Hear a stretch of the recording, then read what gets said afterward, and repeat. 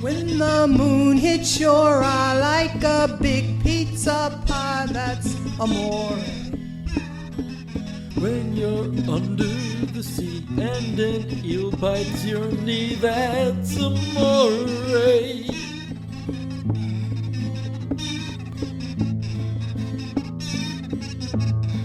All right. We're doing a series of what we call our plague videos, where you're trapped in your house. You want things and you want good things to eat. So I'm going to show you how to make pizza dough, which is easy. All it is 2 cups of flour,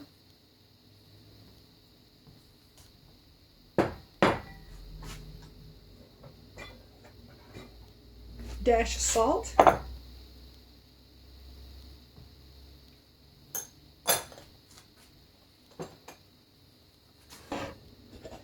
warm water, please. Warm water. How much warm water are we needing?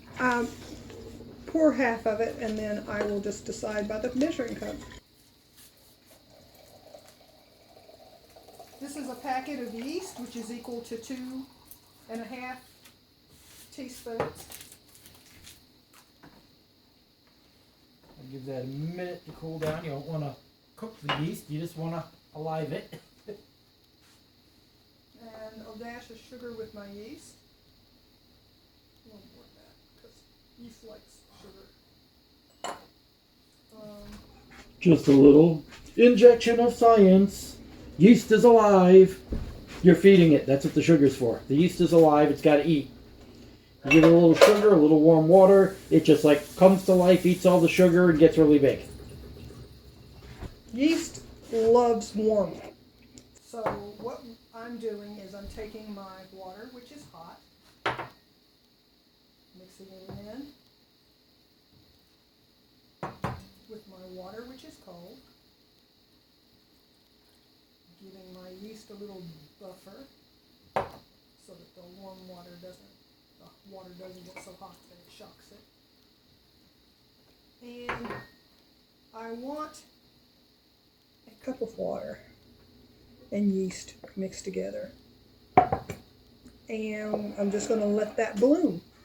And as it blooms, I'm going to take my beautiful flour and salt. You want your salt to be mixed into your flour really well. And we're just going to wait for the yeast.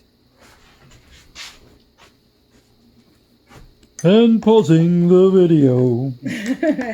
The yeast has developed. My flour with the salt in it is made. All I have to do is add this, a little bit of this, and then a little bit of olive oil. It's 3 tablespoons of olive oil. That is 1.5. And then I can either use my hand, which is a free instrument, or I can do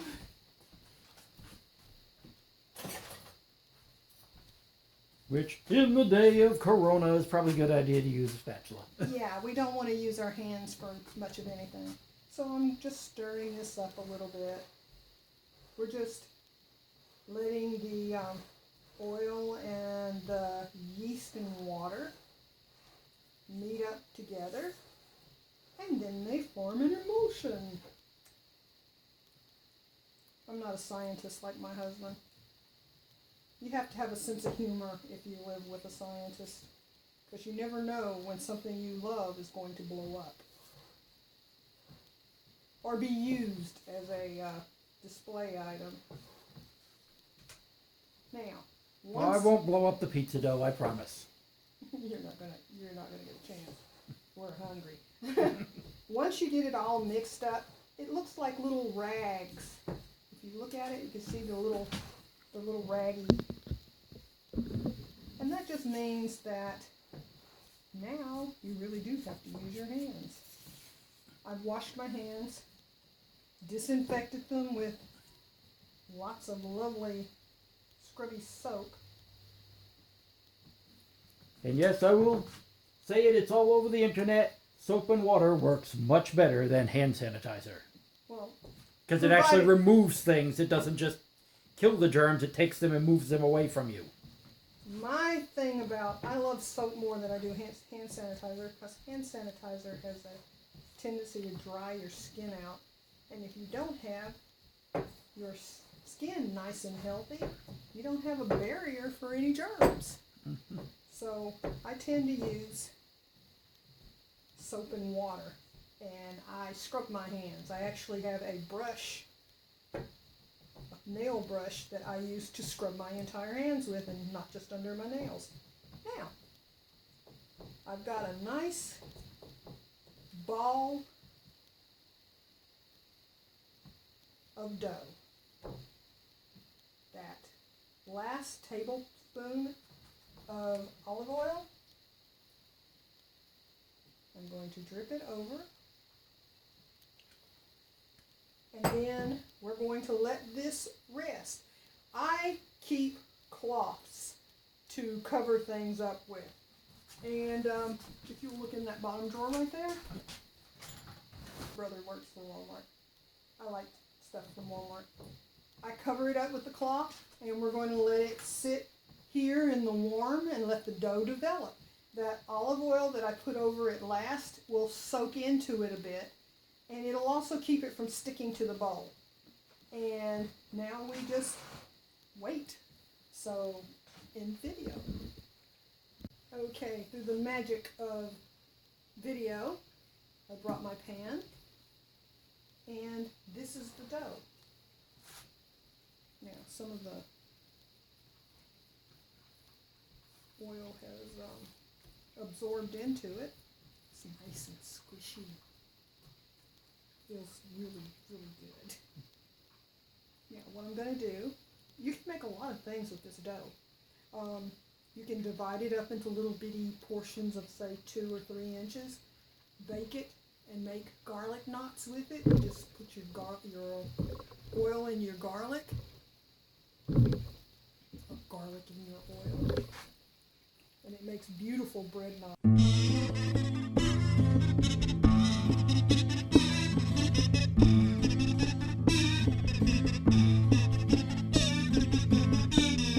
Sauces for pizza are easy. You can just brush it with some olive oil, and when you brush it with the olive oil and you add your spices and stuff to it, like basil and thyme and oregano, you can just bake it and serve it like that. Or you can put Alfredo on it and make you a white sauce pizza, which I like those. Or you can put red sauce with it, which is what I'm going to do. Well, I'm going to make a suggestion. Bake just the dough first, and then bake the pizza directly on the rack, and the crust comes out crispier. Okay, you want it that way? Yep. Because you're We'll the just- one that's going to have to eat it. I will do it your way. So it's full of olive oil, so it's not Yep. going to stick to the Not pan. going to stick. That's a non-stick pizza pan. You could use a cookie sheet, whatever you got. And it's in. And in about 10, 12 minutes, we can take it out, and it should be like bread at that point. And then you put the sauce and the cheese on it. We'll show you that. Do, do, do, do, do, do, do, do.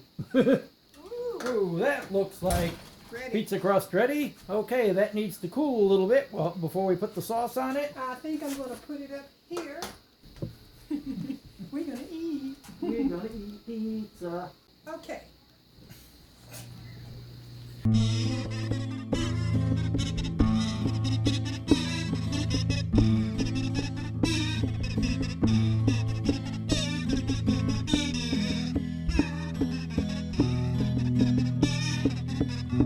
This is where a really sharp knife helps. Yes, a sharp knife makes a big difference. A dull knife will cut you faster than a sharp knife. The reason is, with a dull knife, you start pushing harder, and that's when it moves all of a sudden, and that's how you get cut.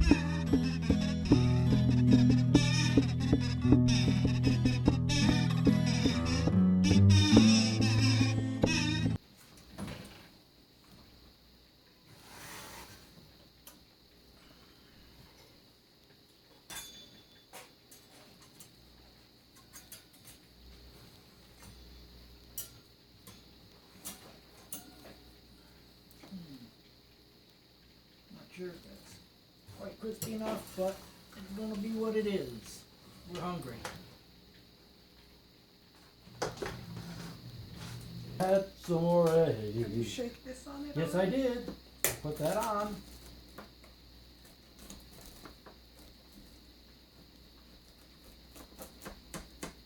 That's a good crust too. Yep, that came out nice and crispy.